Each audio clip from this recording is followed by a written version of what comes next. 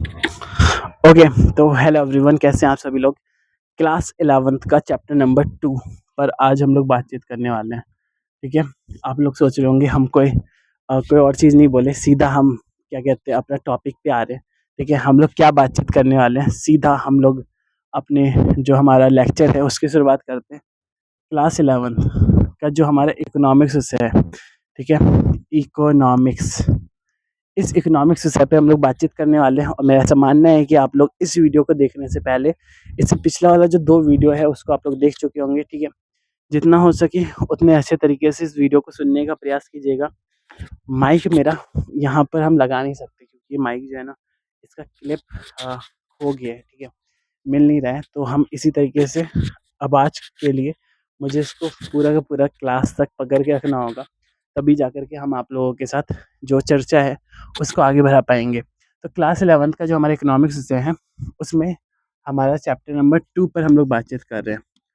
ठीक है, chapter number 2, ये जो हमारा दूसरा चैप्टर है, इस दूसरे चैप्टर के अंदर आपको पता है पहला जो चैप्टर है ना हम लोग का, जिसमें हम लोग Indian economy at the eve of independence की बातचीत करते हैं।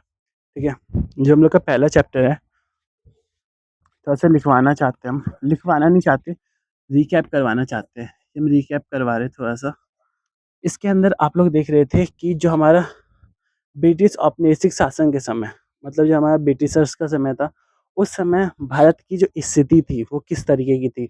जैसे कृषि क्षेत्र में, औद्योगिक क्षेत्र में, व्यापार के क्षेत्र में, उद्योग के क्षेत्र में, जो हम लोग का और भी जितने भी सेक्टर्स हैं, जनांग की स्थिति किस तरीके का था। ठीक है, तो सारी चीज़ों को हम लोग इसके अंदर देख रहे थे। तो इसमें हम लोग क्या कहते हैं 1947 के समय की बातचीत हम लोग कर रहे होते हैं, या उससे पहले की बातचीत कर रहे होते हैं। ठीक है, ये हमें समझ में आ गया था।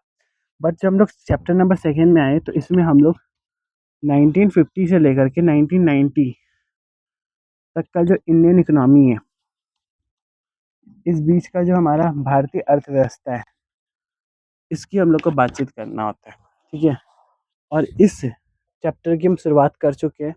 ठीक है, इस पर्टिकुलर चैप्टर के अंदर हम कलरफुल चॉक का इस्तेमाल करेंगे कि आपको अच्छे तरीके से समझ में आते रहे, और जितना हो सके उतने अच्छे तरीके से हम आपको समझाने का प्रयास करेंगे। ठीक है, और आप लोग जितना हो सके उतना सुनने का, और दूसरा चीज़ लिखने का। ठीक है, आपको बस कुछ कामों को करना है। होमवर्क के तौर पे बस आपको ये करना है कि जो बुक है उसको रीड कर लीजिए। ठीक है, उसके अलावा जो इसी लेक्चर को फॉलो कीजिए। लेक्चर को फॉलो करने के दौरान जो बुक होगा उसको आप लोग पढ़ रहे होंगे, तो हम कंफर्म कह सकते हैं आपका जो क्वेश्चन है वो आपको बनता हुआ देखने के लिए मिलेगा। ये जो नोट्स आप लोगों का बनेगा, ये नोट्स आप लोग अपने आंसर में यूज़ कीजिए। ठीक है, और कंफर्म कह रहे हैं आप लोगों का एक अच्छा मार्क्स आने से कोई नहीं रोक सकता। ठीक है, तो अगर हम इस चैप्टर की बातचीत करें तो इसमें पहला टॉपिक था हमारा नेचर ऑफ इकोनॉमिक्स। ठीक है, जिसमें हम बातचीत कर रहे थे कि भारतीय अर्थव्यवस्था का स्वरूप किस तरीके का होता है। भारतीय अर्थव्यवस्था का नहीं, हम लोग इसमें 3 प्रकार की अर्थव्यवस्थाओं पर बातचीत किए थे। जैसे जो हम लोग अर्थव्यवस्था को देखते हैं तो 3 प्रकार की अर्थव्यवस्थाएँ होती है। एक हमारा होता है कैपिटलिस्ट इकोनॉमी, एक हमारा होता है सोशलिस्ट इकोनॉमी, और एक हमारा होता है मिक्स इकोनॉमी। इन दोनों का जो मिला-जुला रूप होता है वो हमारा मिक्स इकोनॉमी होता है। जब हमारा देश आज़ाद हुआ, ठीक है, 1947 में हमारा देश आज़ाद हो गया, तो जो पॉलिसी मेकर्स जितने भी थे, जितने भी हमारे आज़ाद भारत के जो अच्छे-अच्छे नेता थे, जैसे जवाहरलाल नेहरू जी, तो जितने भी लोग थे ना, उन सब के सामने एक क्वेश्चन आ गया। अब देश आज़ाद हो गया, अब किस तरीके की इकोनॉमी को हम लोग अपनाएँ? हम लोग के देश में हम लोग क्या क्या अपने देश को कैसे बेहतर करें? ठीक है, कुछ ऐसे क्वेश्चंस हम लोग को देखने के लिए मिला। ठीक है, थोड़ा-सा हम अपने नोट्स को खोल लेते हैं कि हम एक एक क्या कहते हैं स्टेप बाय स्टेप आपको बताने का प्रयास करें। एक बार नोट्स को यहाँ पे ओपन कर रहे हैं, जिससे कि एक सही तरीके से हम आपको बता सकें। आपको पता है अपने नोट्स में हम हर एक चीज़ों को लिखे हैं, चाहे वो 10th क्लास की चीज़ें हैं, 9th क्लास का चीज़ है, ठीक है, हर एक चीज़ को, क्योंकि हम जब भी किसी भी टीचर से पढ़ते हैं ना, तो उस समय हम हर एक चीज़ों को लिख लेते हैं। ठीक है, हम कोई भी चीज़ नहीं छोड़ते, क्योंकि मुझे ऐसा लगता है कि अगर हम किसी भी चीज़ को छोड़ेंगे, तो अगर हम किसी एग्ज़ाम को टारगेट कर रहे हैं आगे जा कर के, किसी भी कॉम्पिटिटिव एग्ज़ाम को, तो उस समय वो मेरा काम आ रहा होगा। क्योंकि टीचर के हर एक शब्द जो होते हैं ना, वो हमें कुछ कहना चाहते हैं। ठीक है, तभी वो हमारे पास मतलब उनका जो वीडियो होता है, उनका जो बात होता है, उनका हर एक बात जो टीचर होते हैं ना, उनकी हर एक बात हमें कुछ कहना चाहता है। ठीक है, कुछ टीचर के हर एक बात पे एक गहराई छुपा हुआ रहता है। और आप लोग देखिएगा जब हम भी आप लोगों से जब बातचीत कर रहे होंगे, हम कंफर्म कह सकते हैं एक गंभीरता से अगर आप लोग सुनने का प्रयास करेंगे तो आपको समझ में आएगा। ठीक है, और इसमें आप लोग बहुत ही अच्छे तरीके से समझने का प्रयास करेंगे और जितना आप लोग सुनेंगे उससे भी आप लोगों को याद होता हुआ आपको देखने के लिए मिलेगा। तो अर्थव्यवस्था की जब हम लोग बातचीत करते हैं तो इंडियन जब हम लोग का देश आज़ाद हुआ 1947 में हमारा देश आज़ाद हो गया, तो वो जो पॉलिसी मेकर थे, जो हमारे पॉलिसी मेकर्स जैसे जवाहरलाल नेहरू जी और भी जितने भी लोग थे, हमारे बुक के अंदर जवाहरलाल नेहरू जी का जिक्र किया गया है। ठीक है, तो हमारे बुक में उनके बारे में बोला गया है। तो सबसे बड़ा क्वेश्चन ये था कि अब हम लोग देश को कैसे चलाएं, हमारा देश कैसे चलेगा। तो जवाहरलाल नेहरू जी पहले सोचे कि हम लोग थे ना समाजवादी अर्थव्यवस्था को अपनाते हैं। रूस को देखे थे वो, तो उनको लगा कि समाजवादी अर्थव्यवस्था को अपनाते हैं। तो उसके बाद जब वो उनको देखे तो उसके बाद उनको लगा कि वहाँ पर तो बस सरकार का ही स्वामित्व होता है हर एक चीज़ में, तो नहीं हम लोग उसको नहीं अपनाएंगे। फिर उसके बाद वो देखिए पूंजीवादी अर्थव्यवस्था को, तो उसके बाद उनको लगा कि हम लोग इसमें बस निजी क्षेत्र ही होते हैं। फिर उसके बाद वो सोचे क्यों ना हम लोग ऐसा अर्थव्यवस्था अपनाते हैं जिसमें सोशलिस्ट और कैपिटलिस्ट दोनों के दोनों जो इकोनॉमी है वो हमें देखने के लिए मिला। तो उसके बाद जो 1948 में हम लोग घोषणा करते हैं भारत में मिश्रित अर्थव्यवस्था अपनाने के लिए। ठीक है, तो 1948 में हमने घोषणा की कि भारत एक मिक्स इकोनॉमी होगा। ये हम लोग को पता चल गया। ठीक है, तो ये छोटे-छोटे इन्फॉर्मेशन होते हैं। इसमें क्या होता है, मिक्स इकोनॉमी के अंदर क्या होता है, अगर हम आपको बताने का प्रयास करें, जो हमारा मिक्स इकोनॉमी होता है, एक अच्छा सा चॉक ले रहे हैं, ठीक है, कि हम लोग अच्छे से लिख सकें, क्योंकि आप लोग मुझे फ़ॉलो कर रहे हैं, तो ऐसी स्थिति में हम मेरा एक दायित्व बनता है कि हम आपको अच्छे तरीके से हर एक चीज़ों को लिखवाएँ। जब लोग मिक्स इकोनॉमी की बातचीत करते हैं, मिक्स इकोनॉमी के अंदर क्या होता है? इसके अंदर जो हम लोग का सार्वजनिक क्षेत्र है, जो हम लोगों का क्या कहते हैं सरकारी, जो हम लोग देख रहे होते हैं, सरकारी और निजी दोनों सेक्टर से मिल कर के काम कर रहे होते हैं। Those kind of economy where government and private sector both working together. ठीक है, तो इसमें क्या होता है, इसमें जो सरकारी क्षेत्र है, सरकारी है और निजी क्षेत्र है, दोनों मिल करके मिक्स इकोनॉमी के अंदर दोनों मिल के काम करते हैं। ठीक है, ये होता है हमारा मिक्स इकोनॉमी। ठीक है, ऐसा नहीं कि बस उसमें निजी सेक्टर काम करेगा, दोनों के दोनों मिल करके काम कर रहे होते हैं, वही हमारा मिक्स इकोनॉमी होता है। ठीक है, तो हम बिल्कुल आप लोगों को एक कहते नहीं इस चैप्टर का जो बिल्कुल निचोड़ होता है, इतना अच्छे तरीके से हम आपको देने का प्रयास करेंगे कि आप लोग जब इस चीज़ों को सीख रहे होंगे तो हम वास्तव में कह रहे हैं आप लोग को बहुत ही अच्छा तरीके से समझ में आ रहा होगा। ठीक है, तो जितना हो सके उतने अच्छे तरीके से जो भी चीज़ आपको इम्पोर्टेंट लगे उन चीज़ों को आप लोग लिख लीजिएगा। ठीक है, क्योंकि हो सकता है वो चीज़ें आपके पेपर में भी काम आ जाए और हो सकता है कि वो चीज़ें आपका क्या कहते हैं पेपर में काम आएगा। और दूसरा चीज़ वो चीज़ें आप लोगों का क्या कहते हैं बुक में अगर कभी कोई क्वेश्चन आ गया तो उस समय भी हमें काम आता हुआ देखने के लिए मिल रहा होगा। और नोट्स बनाते समय अगर हम लोग ज़्यादातर चीज़ों को लिख लेते हैं, क्योंकि मेरा ऐसा मानना है ना कि जब हम लोग नोट्स बनाए ना तो नोट्स में ही हर एक चीज़ों को लिखें। और जितना हो सके जैसे हम आपको एक नोट्स बनाने का एक तरीका बताते हैं। ठीक है, छोटा सा बताएंगे, हम अपने तरीके से आपको बता रहे हैं। ठीक है, जब कोई नोट्स बनता है ना, दो तरीके का नोट्स बनता है, एक हमारा बनता है शॉर्ट नोट्स और एक हमारा बनता है लॉन्ग फॉर्मेट में। ठीक है, जो हम आपको लिखवाने का प्रयास कर रहे हैं, जैसे शॉर्ट नोट्स कैसे होते हैं हम आपको बताने का प्रयास कर रहे हैं। जैसे अब हम आपको लिख रहे हैं, ठीक है, शॉर्ट नोट्स, एक एग्जाम्पल दे रहे हैं हम आपको। ठीक है, शॉर्ट नोट्स के अंदर जैसे एक हमने क्या किया, एक हमने एक बादल बनाए। ठीक है, इस बादल के अंदर हम लोग कुछ इस तरीके से एक लाइन को ड्रॉ किए और इस लाइन को ड्रॉ करने के बाद हम लोग इसमें कुछ इस तरीके से सब टॉपिक को ऐड करते गए। ठीक है, इस तरीके का हमारा शॉर्ट नोट्स बन रहा होता है। ठीक है, आपको हम दिखलाते हैं एग्जाम्पल के तौर पे। जैसे आप लोग इसको देख सकते हैं, ये हमारा क्लास 10th का इकोनॉमिक्स विषय के अंदर ये हम शॉर्ट नोट्स बनाए हैं।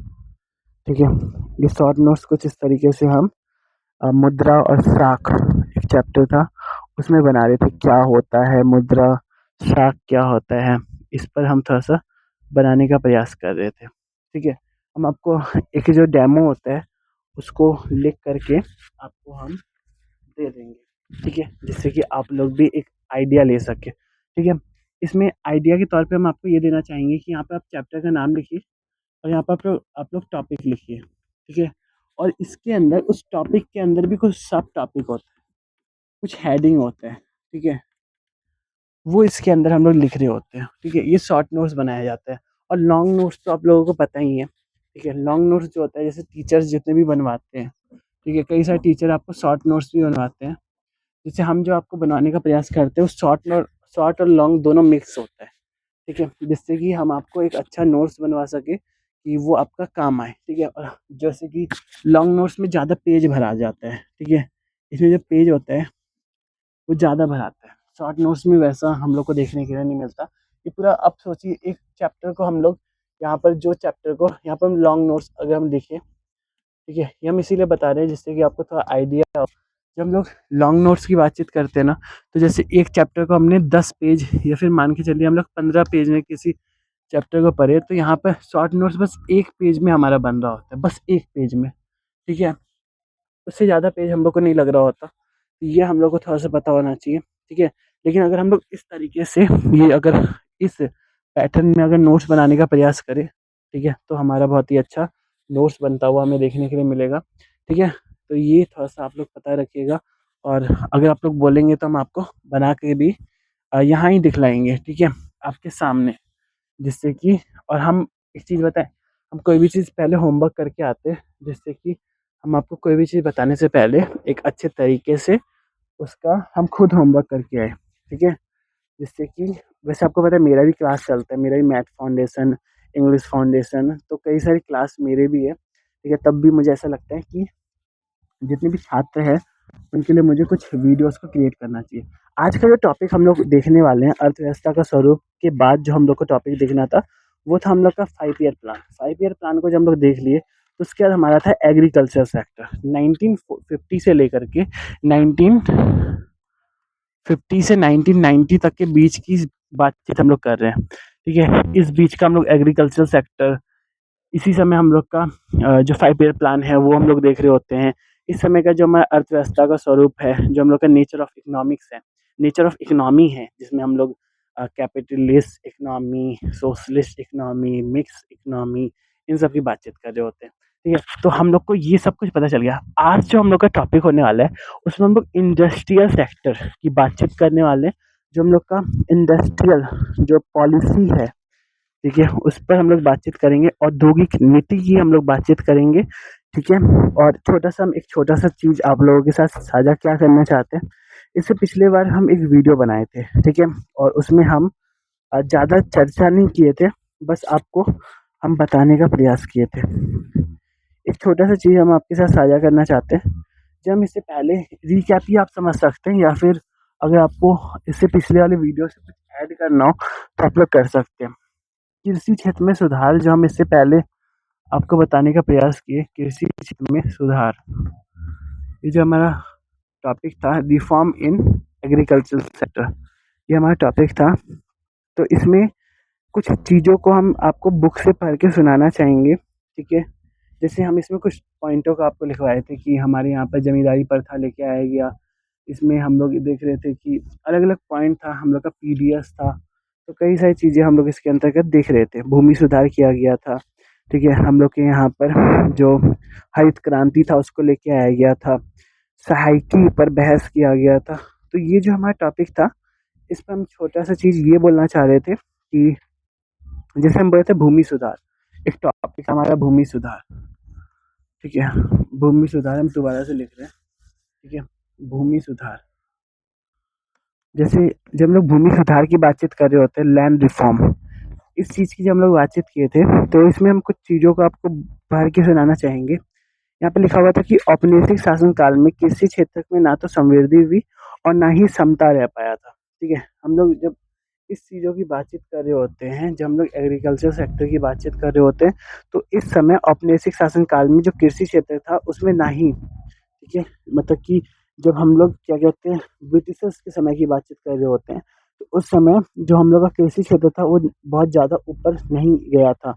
ये हम लोग को पता चल गया था। इन सब के अलावा जो हमारा भूमि सुधार था, तो इसमें हम एक छोटा-सा पॉइंट यहाँ पर हाइलाइट करके लेके आए हैं कि हम आपके साथ वो छोटा-सा कुछ लाइन है, उसको साझा कर पाएँ। पहला लाइन था वो कि स्वतंत्रता के 1 वर्ष बाद ही देश में बिचौलियों के उन्मूलन तथा वास्तविक कृषकों को ही भूमि का स्वामी बनाने जैसे कदम उठाए गए। ठीक है? तो ये अगर आप लोगों को लिखने का मन करे, तो आप लोग लिख सकते हैं। ठीक है? ये पॉइंट ये था कि जब हमारा देश आज़ाद हुआ ना, तो आज़ादी के 1 ही वर्ष के अंदर हम लोग के देश में क्या हुआ, 1 वर्ष के बाद ही देश में बिचौलियों को ख़त्म कर दिया गया। जो जो हमारे जितने भी हम लोग को क्या कहते हैं ज़मींदार थे, जितने भी ज़मींदार लोग हम लोग को देखने के लिए मिलते हैं, वो ख़त्म कर दिए गए और जो वास्तविक किसान थे उन्हीं को भूमि का स्वामी बना दिया गया। ठीक है? आपको पता होना चाहिए, छोटा-सा चीज़ हम आपके साथ इसीलिए साझा कर रहे हैं, जिससे कि आपको हम कुछ चीज़ों के बारे में बता सकें। ठीक है? इन सब के अलावा यहाँ पर एक और चीज़ हम लिखे थे, बिचौलियों के उन्मूलन का नतीजा ये था कि लगभग 200 लाख काश्तकारों का सरकारों से सीधा संपर्क हो गया। ठीक है? तथा वे जमींदारों द्वारा किए जा रहे शोषण से मुक्त हो गए। ये छोटा-मोटा लाइन हम लोग को देखने के लिए मिलता है। इन सब के अलावा एक जो हरित क्रांति हम आपके साथ साझा किए थे, ठीक है? एक पॉइंट हम लोग का था हरित क्रांति। हरित क्रांति जब हम लोग ग्रीन रेवोल्यूशन की जब हम लोग बातचीत करते हैं, हरित क्रांति। ये जो हरित क्रांति था ना, इसमें आपको पता होना चाहिए कि इसी बीच में मतलब 1950 से लेकर के यहाँ पे हम लिख रहे हैं दोबारा से पता 1950 से लेकर के 1990 के बीच में ही हमारा ग्रीन रेवोल्यूशन की शुरुआत की जाती है। ठीक है? और आपको पता होना चाहिए कि स्वतंत्रता के समय देश की 75% जनसंख्या कृषि पे आश्रित था। मतलब जब देश हमारा आज़ाद हो गया, तो उस समय देश में 75% मतलब कि आप सोच के चलिए कि बहुत ज़्यादा आबादी हम लोग का कृषि में ही निर्भर था, ठीक है? स्वतंत्रता के समय और भारत की कृषि मानसून पर निर्भर हुआ करती थी। जब बारिश होता था, तो हम लोग का कृषि बहुत अच्छा हो जाता था। जब बारिश नहीं होता था, तो ऐसी स्थिति में कृषि हम लोग का खराब होता हुआ हमें देखने के लिए मिलता था, ठीक है? और इन सब के अलावा यहाँ पे हम एक चीज़ लिखे थे कि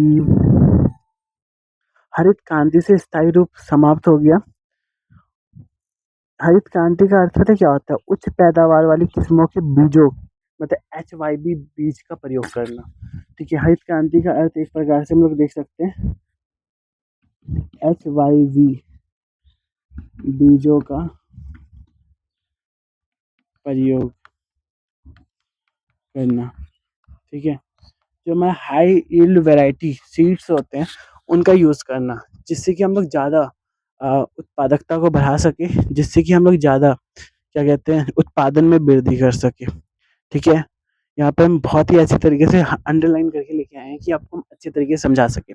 ठीक है? विशेष रूप से गेहूँ तथा चावल उत्पादन में वृद्धि करना। इन बीजों के प्रयोग के लिए पर्याप्त मात्रा में उर्वरक, कीटनाशक तथा निश्चित जल पूर्ति की भी आवश्यकता होती थी। ठीक है? तो ऐसे नहीं कि आपके पास अगर HYV बीज है, तो आपका कम पानी में काम चल जाएगा, पानी चाहिए आपको। ठीक है? तो ये थोड़ा-सा पता होना चाहिए, पानी आपको ज़्यादा मात्रा में देखने के लिए मिल रहा होगा। ठीक है? तो यहाँ पर कुछ पॉइंटों को हम लोग लिख सकते हैं। ठीक है?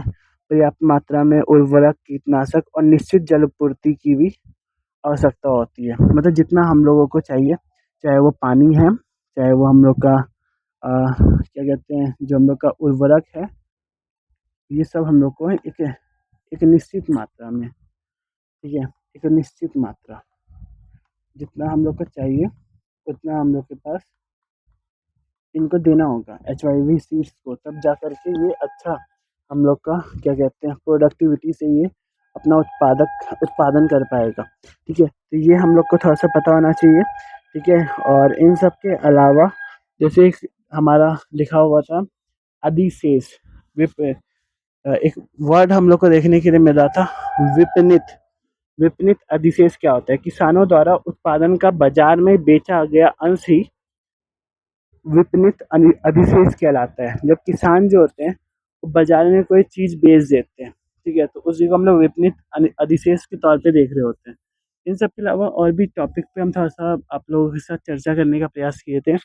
जैसे कि हम आपको बताए थे, एक टॉपिक था हम लोगों का, कृषि उत्पाद बाजार समिति एपीएमसी की शुरुआत भी इसी समय किया गया था, और एमएसपी जो हमारा मिनिमम सपोर्ट प्राइस होता है उसकी शुरुआत भी हम लोग इसी समय किए थे। तो मिनिमम सपोर्ट प्राइस और कृषि उत्पाद बाजार समिति जो हम लोग का एपीएफसी जो हम लोगों का कृषि उत्पाद बाजार समिति का जो इंग्लिश में हम लोग कहेंगे वो होता है हमारा agriculture produce marketing committee, APMC, ठीक है। तो एपीएमसी जो होता है वो भी हम लोग इसी समय हम लोग को देखने के लिए मिला था। ये फैक्ट के तौर पे हम लोग इसको याद रख सकते हैं, ठीक है। तो छोटा मोटा जो हम लोगों का जो टॉपिक ये हम लोग को देखने के लिए मिल रहा है, जब हम लोग इसको कंप्लीट कर लेंगे तो ऐसी स्थिति में हमारा बहुत ही ज़्यादा लाभ होता हुआ हमें देखने के लिए मिलेगा, ठीक है। अब हम इसको मिटा रहे हैं, अब आ रहे हैं हम नेक्स्ट टॉपिक पे जो है हम लोगों का औद्योगिक क्षेत्र, ठीक है। तो लिखने का प्रयास करेंगे और जो चीज़ें आपको लगी कि हमें ऐड करना चाहिए, ठीक है, तो ऐसी स्थिति में आप लोग उसको ऐड करने का प्रयास कीजिएगा, ठीक है। अपने नोट्स को जितना हो सके उतना कलरफुल तरीके से और जितना हो सके उतना ड्राइंग बनाने का प्रयास कीजिएगा, ठीक है। तब जा कर के आपको उसका फ़ायदा देखने के लिए मिल रहा होगा, ठीक है।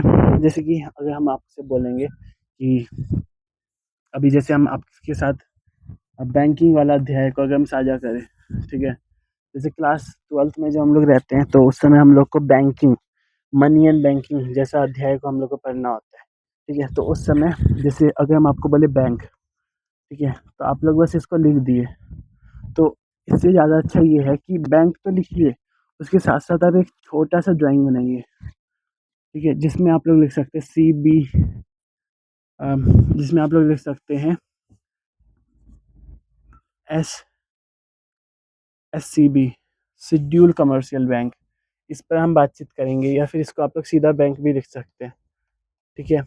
ये हम इसीलिए आपको कुछ शब्द भी बता रहे हैं, या आप लोग जब आप लोग 12th क्लास में जाएंगे तो उस समय हम इस चीज़ पर चर्चा करेंगे, ठीक है। या फिर इसी क्लास में, मतलब इस क्लास में नहीं, मतलब इसको हम लोग मैक्रो इकोनॉमिक्स में पढ़ रहे होते हैं। जब हम लोग मैक्रो इकोनॉमिक्स पढ़ते हैं तो उस समय हम लोग इस टॉपिक पे बातचीत कर रहे होते हैं, ठीक है। तो हम कहने का आशय मेरा ये है कि जितना हो सके उतना नोट्स में ड्राइंग को बनाइए। ड्राइंग क्या होता है, वो हम लोग को लुभाता है, वो हम लोग को पढ़ने पे मजबूर करता है। वो कहता है कि बैंक है, इसको देखो, ठीक है। यहाँ पर जैसे कि एक छोटा सा ड्राइंग हम लोग इस तरीके से बनाते हैं, ठीक है।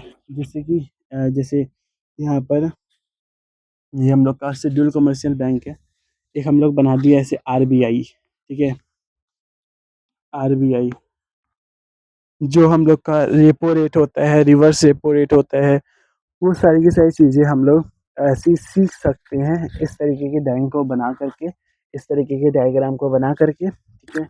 और सही बोल रहे हैं, बहुत समझ में आ रहा होता है, ठीक है। हम ये अपना अनुभव आप लोगों के साथ साझा कर रहे हैं, ठीक है। और अनुभव को साझा करते करते बहुत ही अच्छा लग रहा होता है, ठीक है।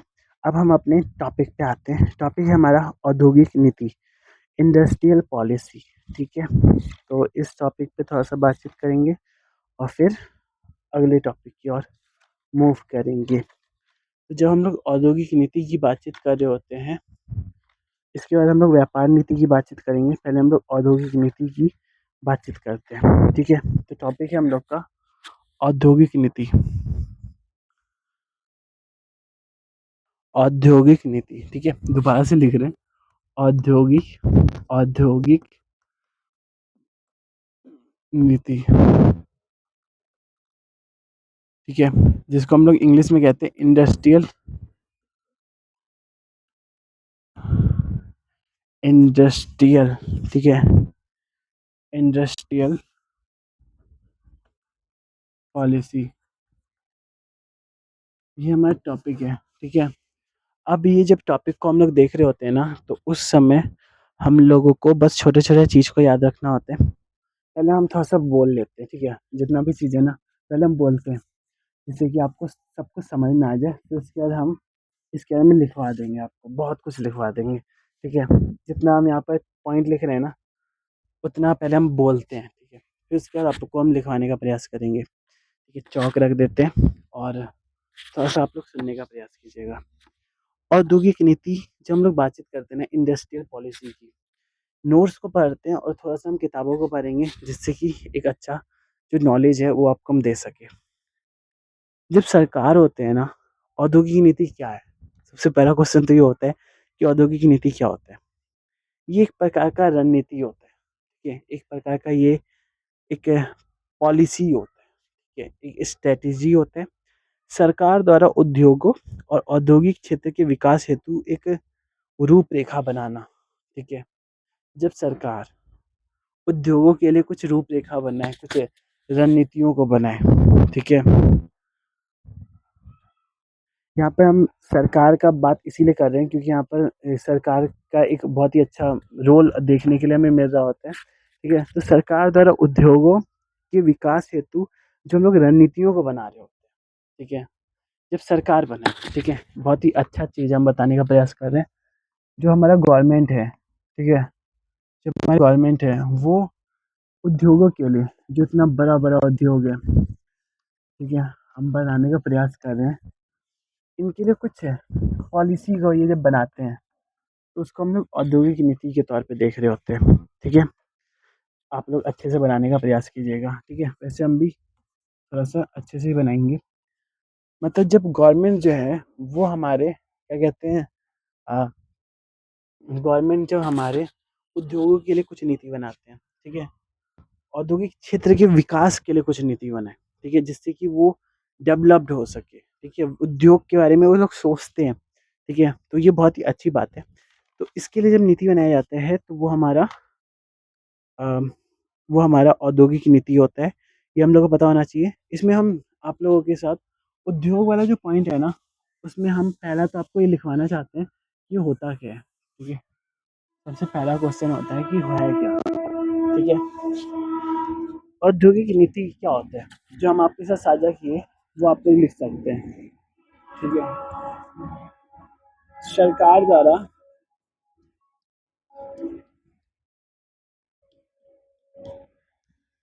उद्योगों के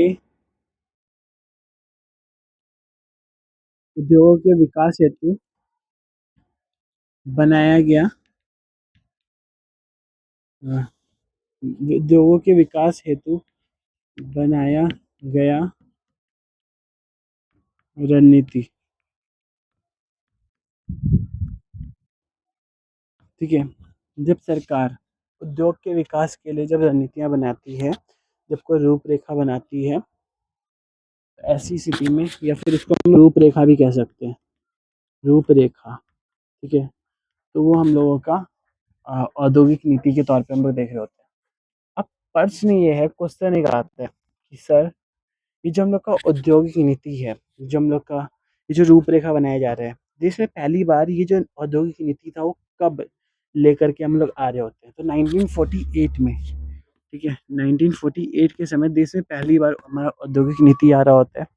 फिर उसके 1956 में हम लोग इसमें इस समय भी हमारा औद्योगिक नीति आता है। फिर 1977 में, फिर 1980 में, फिर 1991 में। इसी समय हम लोग ने इकोनॉमिक रिफॉर्म मतलब आर्थिक सुधार हम लोग कर रहे होते हैं, एलपीजी कर रहे होते हैं, ठीक है। तो ये हम लोगों को थोड़ा सा पता होना चाहिए और ये टॉपिक हम लोग अगर करने का और गहराई से प्रयास करें तो ऐसी स्थिति में यहाँ पर एक टॉपिक में हम कुछ अंडरलाइन करके लेके आए थे। जब हम लोग उद्योग और व्यापार को देख रहे थे, औद्योगिक नीति एक टॉपिक हमारा देखने के लिए मिला, ठीक है। और इसके अंदर हम लोग को कई सारे टॉपिक को देखने होते हैं, जैसे कि औद्योगिक नीति का डेफिनेशन पहले हम आपको लिखवाने का प्रयास किए कि क्या होता है और कब-कब ये आ रहा है, ठीक है। 1948 में आ रहा है, 19 जो हम लोगों का यहाँ पे हम डेट आपको लिखवाने का प्रयास करते हैं। 1956 में इस नीति में भारी उद्योग पर बल दिया गया था। 1956 के समय जो औद्योगिक नीति आया था, ठीक है, इस समय भारी उद्योग जो था उस पे बल दिया गया था। ठीक है। उसके 1991 में भी हमारा औद्योगिक नीति आ रहा होता है। ये मुख्य पॉलिसी देश में बनाया गया था 1977 में, 1980 में। तो ये थोड़ा-सा हमें पता होना चाहिए, ठीक है। ये छोटे-छोटे जानकारी है जो हमें अगर पता होगा तो ये हमारे पेपर में हम लोग इसको अगर ऐसे डेफिनेशंस को लिख रहे होंगे तो ये हमारा बहुत ही कारगर साबित होगा। जब लोग औद्योगिक नीति को हम लोग समझ गए तो ऐसी स्थिति में अब हम लोग को समझना होता है इसी टॉपिक के अंदर, जब हम लोग इस टॉपिक को देखते हैं ना तो इसमें हम लोग को लघु उद्योग के बारे में पढ़ना होता है, ठीक है। और और भी कई सारे टॉपिक हम लोग को देखने होते हैं। पहले हम लघु उद्योग की बातचीत करते हैं। लघु उद्योग की जब हम लोग बातचीत करते हैं ना तो 1950 में, मतलब 1950 में लघु औद्योगिक इकाइयाँ जो था, अगर हम इसमें बातचीत करें तो जो लघु लघु उद्योग होते हैं ना वो 5 लाख रुपए का अधिकतम निवेश कर रहे होते हैं, ठीक है। लघु उद्योग की अगर हम बातचीत करें, और ऐसा माना जाता है कि लघु उद्योग अधिक श्रम प्रधान होते हैं, अर्थात उसमें बड़े पैमाने के उद्योगों की अपेक्षा श्रम का प्रयोग अधिक किया जाता है। तो अगर आप लोग चाहे तो हम इस टॉपिक को भी लिखवाने का थोड़ा-सा आपको प्रयास करेंगे, ठीक है। जिससे कि आपका हम नोट्स अगर बनवा ही रहे हैं तो अच्छे से हम बनवा दें, ठीक है। जैसे कि आप लोग हमेशा बुक को ना देखें, आपका जो नोट्स है उसी से आपका पेपर में एक अच्छा मार्क्स आ सके। और एक छोटा-सा चीज़ हम बोलेंगे, क्वेश्चन आंसर्स हमें ज़रूर बनाना है, ठीक है। तो यहाँ पर हम लघु उद्योग की बातचीत कर रहे हैं, ठीक है। लघु उद्योग, कुछ बेसिक इन्फॉर्मेशन हम देने का प्रयास करेंगे, ठीक है। लघु उद्योग क्या होता है? लघु उद्योग जो होते हैं इसमें लिखा हुआ है, पहले हम थोड़ा-सा पढ़ के आपको सुनाते हैं। समय के साथ-साथ निवेश की सीमा भी बदलती रही। 1950 में लघु औद्योगिक इकाई उसे कहा जाता था जो 5 लाख रुपए का अधिकतम निवेश करते थे। 1950 के समय अगर हम बातचीत करें ना, तो 1950 में लघु उद्योग क्या होता था? जो 5 लाख रुपए का जो इन्वेस्ट करे, जो निवेश करते थे, वो हमारा लघु उद्योग कहलाते थे, ठीक है। लघु उद्योग कहा जाता था जो 5 लाख रुपए का निवेश कर सकते हो, ठीक है। ये हमें समझ में आ गया। लघु उद्योग में एक बहुत ही अच्छा सा टॉपिक लिखा जाता है। ऐसा माना जाता था कि लघु उद्योग अधिक श्रम प्रधान होते थे, अर्थात उसमें बड़े पैमाने पर उद्योगों की अपेक्षा श्रम का प्रयोग अधिक किया जाता था, ठीक है। तो इसमें तो ना जो श्रम होता है, श्रम का जो प्रयोग होता है वो हम लोग ज़्यादा देखने के लिए हमें मिल रहा होता है, ठीक है। इसमें श्रम का प्रयोग ज़्यादा होता हुआ हमें देखने के लिए मिलता है, ठीक है। इन सब के अलावा यहाँ पे एक पॉइंट लिखा हुआ है, अतः वे अधिक रोजगारों का सृजन करते हैं, लेकिन ये बड़ी औद्योगिक फर्मों के साथ प्रतिस्पर्धा नहीं कर सकते, ठीक है। तो एक और पॉइंट हम लोग लिख सकते हैं, रोजगारों का सृजन, ठीक है। रोजगार बनाना, रोजगार का सृजन करना, ठीक है।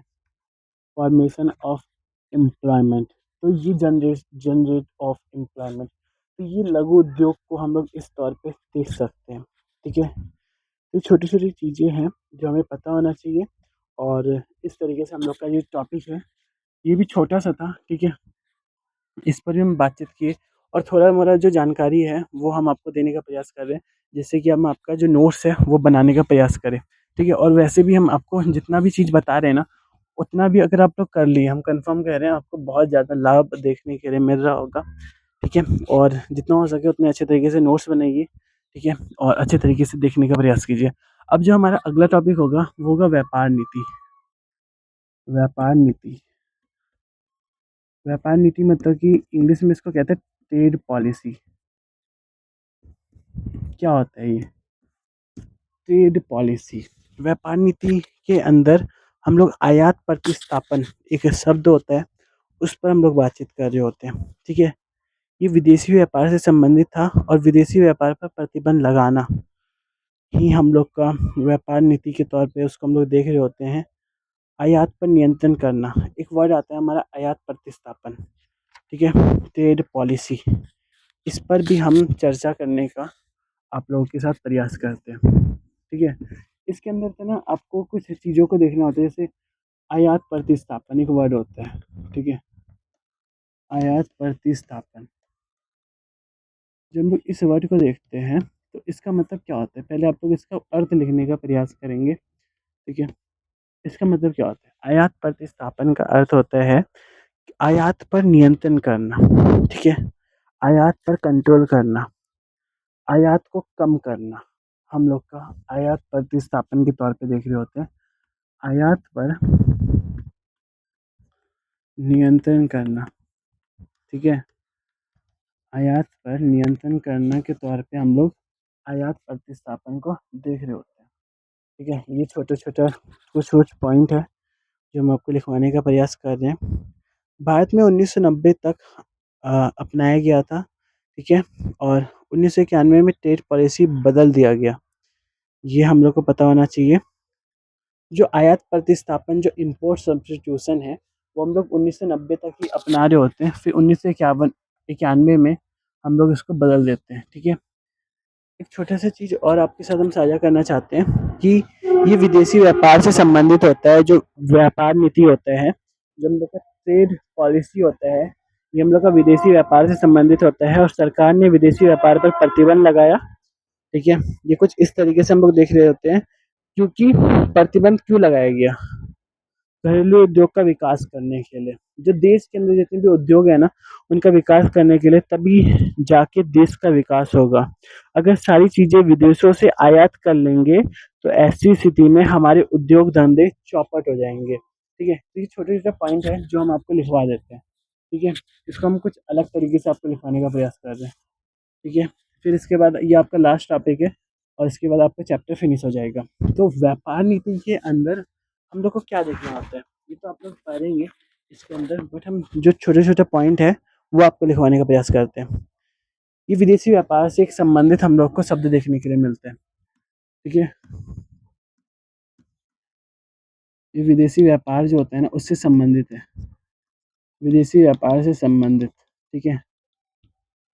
ये एक छोटा-सा वर्ड हम बताने का आपको प्रयास कर रहे हैं। इन सब के अलावा विदेशी व्यापार में क्या किया जाता है? प्रतिबंध लगाए जाते हैं। विदेशी व्यापार में सरकार जो होता है ना, वो प्रतिबंध लगाते हैं, टैक्स लगाते हैं। प्रतिबंध मतलब टैक्स लगाना, इम्पोर्ट ड्यूटी लगाना, ठीक है? आयात निर्यात शुल्क लगाना, कोटा सिस्टम लगाना, आयात की मात्रा निश्चित करना, ठीक है? ये आप लोग पढ़ेंगे इस चैप्टर में। आप लोग 2 वर्ड को देखेंगे, एक होता है हमारा कोटा, ठीक है? और एक होता है हमारा टैरिफ। एक हमारा होता है कोटा। कोटा क्या होता है? अगर हम कोटा की बातचीत करें, ठीक है? और एक होता है हमारा टैरिफ, आयात की मात्रा निश्चित करना, ठीक है? 2 वर्ड हम यहाँ पे लिख देते हैं, ठीक है? जब आप लोग इसको पढ़ेंगे तो आपको पता चलेगा, कोटा और एक होता है हमारा टैरिफ, ठीक है? कोटा क्या होता है? आयात की मात्रा निश्चित करना, ठीक है? आयात की मात्रा को निश्चित करना। और टैरिफ क्या होता है? आयात पर जो हम लोग का आयात निर्यात है, उस पे शुल्क लगाना, टैक्स लगाना, ठीक है? आयात निर्यात पर शुल्क लगाना, ठीक है? ये आप लोग लिख लीजिएगा साइड में। साइड वाला जो जगह होता है ना, वहाँ ही हम भी लिखे थे, ठीक है? तो वहाँ पर आप लोग भी लिखिएगा, क्योंकि उस जो छोटे-छोटे पॉइंट को हम लोग लिख रहे होते हैं ना, तो उस समय हमारा एक बहुत ही अच्छा-सा क्या कहते हैं, नोट्स बन रहा होता है और वही हमें काम देता है, वही हमें किसी शब्द को समझने में सहयोग दे रहा होता है, ठीक है? तो हम इस साइड के पोर्शन को थोड़ा-सा मिटा रहे हैं, ठीक है? जिससे कि एक अच्छे तरीके से हम आपको लिख सकें, ठीक है? तो विदेशी व्यापार के अंदर हम लोग को समझ में आ गया कि विदेशी व्यापार के अंदर हम लोग देख रहे होते हैं कि ये जो विदेशी व्यापार नीति होता है, वो विदेशी व्यापार से हम लोग को संबंधित कुछ ये शब्द देखने के लिए मिलते हैं, ठीक है? जो हम लोग फॉरेन ट्रेड करते हैं, उससे रिलेटेड ये शब्द है। इसमें क्या होता है? आयात शुल्क जो होता है, इसमें जो हमारा होता है प्रतिबंध लगाया जाता है, ठीक है? विदेशी व्यापार पर प्रतिबंध लगाना, ठीक है? यहाँ पर हम लिख देते हैं, विदेशी व्यापार पर प्रतिबंध प्रतिबंध लगाना, ठीक है? ये एक छोटा-सा पॉइंट था। अभी प्रतिबंध जो हम शब्द लिखे ना, इसका मतलब क्या होता है? कोटा। इसका मतलब क्या होता है? इसका मतलब होता है टैरिफ, ठीक है? जो अभी हम आपको बताने का प्रयास किए थे, ठीक है? छोटा-छोटा टॉपिक है, बट ये हमें समझना होगा। कोटा मतलब क्या होता है? इसका मतलब होता है आयात की मात्रा को निश्चित करना। और टैरिफ मतलब क्या होता है, आयात और निर्यात पर शुल्क लेना, टैक्स लेना, वो हम लोग का टैरिफ कहलाता है। ठीक है, तो मेरा ऐसा मानना है कि आपको समझ में आ रहा होता है होगा। ठीक है, क्यों प्रतिबंध लगाया जाता है विदेशी व्यापार में, जो सरकार है वो प्रतिबंध क्यों लगाते हैं, कभी आप लोग सोचे। एक तरफ हम लोग गवर्नमेंट को बना रहे हैं, ठीक है, ये हमारी गवर्नमेंट है, ठीक है, ये हमारी सरकार है। जो सरकार जी है उनके द्वारा विदेशी व्यापार में टैक्स लगाया जा रहा है, कोटा लगाया जा रहा है, टैरिफ लगाया जा रहा है। वाई, क्यों, ऐसा क्यों हो रहा है? ये इसीलिए हो रहा है, यहाँ पर हम लिख देते हैं आपको क्यों। ये इसीलिए हो रहा है क्योंकि देश के अंदर जो हम लोग का घरेलू उद्योग है, जो हम लोगों का घरेलू उद्योग मतलब कि जो हमारा डोमेस्टिक जितने भी इंडस्ट्री है उसका हम लोग डेवलप कर सके। तो घरेलू उद्योग का विकास करने के लिए, ठीक है, घरेलू उद्योगों का विकास करने के लिए, ठीक है, तो घरेलू उद्योग को क्योंकि हमें डेवलप करना है, तो ऐसी स्थिति में जो विदेशी व्यापार है उसमें प्रतिबंध लगाया जाता है। ये हमें पता होना चाहिए, ठीक है, तभी जाके देश का विकास होगा। और अगर सारी चीज़ें विदेशों से आयात करेंगे तो जो देश का जितना भी उद्योग धंधा है, जो देश के अंदर जो भी चीज़ें हमें देखने के लिए मिलती है वो हमें चौपट होता हुआ देखने के लिए मिलेगा। ठीक है, तो ये छोटा सा पॉइंट है जो आप लोग लिखिएगा, ठीक है। और आपके बुक में ये 2-3 पेज में दिया हुआ है, ठीक है, इसको हम बहुत ही ब्रीफ में आपको समझाने का प्रयास किए, ठीक है। ऐसा नहीं कि बस आपको यहाँ से ही पढ़ना है, बहुत कुछ आप लोग जब पढ़ रहे होंगे तो बहुत सारे ऐसे शब्द होंगे जो आपको समझ में नहीं आएगा, ठीक है। तो ऐसी स्थिति में उन शब्दों को आप लोग कमेंट करिएगा, ठीक है, आपको हम समझाने का प्रयास करेंगे। हम आपको ब्रीफ में समझाना चाह रहे हैं कि चैप्टर हमें कहना क्या चाहते हैं, चैप्टर का जो बेसिक निचोड़ होता है वो हम आपके साथ साझा करना चाहते हैं, ठीक है, और आपको हम समझाने का प्रयास करना चाहते हैं, ठीक है। तो इस तरीके से हमारा जो चैप्टर है ये फिनिश होता है, और चैप्टर में हम लोग कई सारी चीज़ों को जान रहे होते हैं, ठीक है, और कई सारे शब्दों के बारे में हमें पता चल रहा होता है, ठीक है। और जब हम लोग किसी को फॉलो कर रहे होते हैं, तो ऐसी स्थिति में फॉलो मतलब कि जब हम लोग किसी टीचर से पढ़ रहे होते हैं, तो ऐसी स्थिति में तो हमारा एक बहुत ही अच्छा सा विषय पर तैयारी आगे बढ़ रहा होता है, ठीक है। तो आप लोग अच्छे तरीके से जो हमारा नोट्स है, जो भी बोर्ड में लिखवाया जा रहा है उसको लिखिएगा, ठीक है। और छोटा सा काम करिएगा कि आप लोग किताब को ज़रूर पढ़िएगा, ठीक है। किताब और जो आपका नोट्स है, नोट्स में नोट्स में हम वैसे बहुत कुछ आप लोगों का लिखवा दिए हैं, ठीक है। और प्लस जो आपका क्वेश्चन आंसर है, question answer, question plus answer, ठीक है, क्वेश्चन आंसर जो होता है वो अगर हम लोग कर रहे हो तो ऐसी स्थिति में हमारा, हम सही कह रहे हैं, आपका इकोनॉमिक्स विषय में 95 प्लस मार्क्स कन्फर्म आ सकते हैं, ठीक है। क्वेश्चन आंसर्स हम जोर इसीलिए दे रहे हैं क्योंकि ये जो क्वेश्चन आंसर्स होता है ना, इससे बहुत पूछा जाता है, बहुत ज़्यादा। ये क्वेश्चन आंसर्स पता है कौन सा है, जो हम लोग का पीछे जो लिखा हुआ रहता है ना क्वेश्चन आंसर, वो वाला क्वेश्चन, ठीक है। और ये क्वेश्चन जब हम अपनी क्लास 11th में थे ना, जब हम इस बुक को कर रहे थे, मतलब 12th क्लास में, हम तो 12th में कर रहे थे ना, उस समय 12th में था हमारा बुक।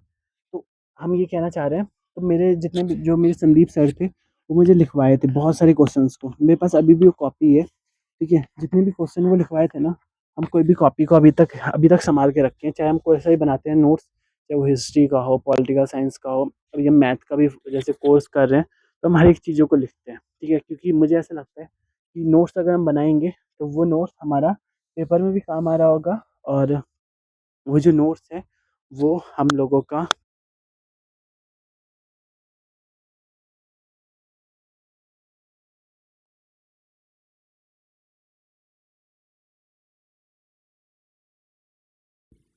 Okay everyone. तो हम ये कह रहे थे कि अगर हम आप लोगों से ये बोल रहे थे कि जो नोट्स हैं हम इस तरीके से बनाते हैं कि वो हमारा हमेशा काम आता हुआ हमें देखने के लिए मिले, ना सिर्फ 1 साल के लिए काम आए, बल्कि अगर हम लोग कभी भी अपने एग्ज़ाम को दे रहे हो तो उस समय हमें ये काम आता हुआ देखने के लिए मिले, ठीक है। इसीलिए हम ऐसा फ़ोकस करते हैं कि कभी भी हम नोट्स बनाएँ तो हम एक ही बार पढ़ाई करें तो अच्छे से करें, निचोड़ लें पूरा टीचर को, पूरा कितनी अच्छे तरीके से हम निचोड़ करके उसको पढ़ाई करें, ठीक है। तो मेरा ऐसा मानना है कि आपको हर एक चीज़ों को समझ में आ गया होगा।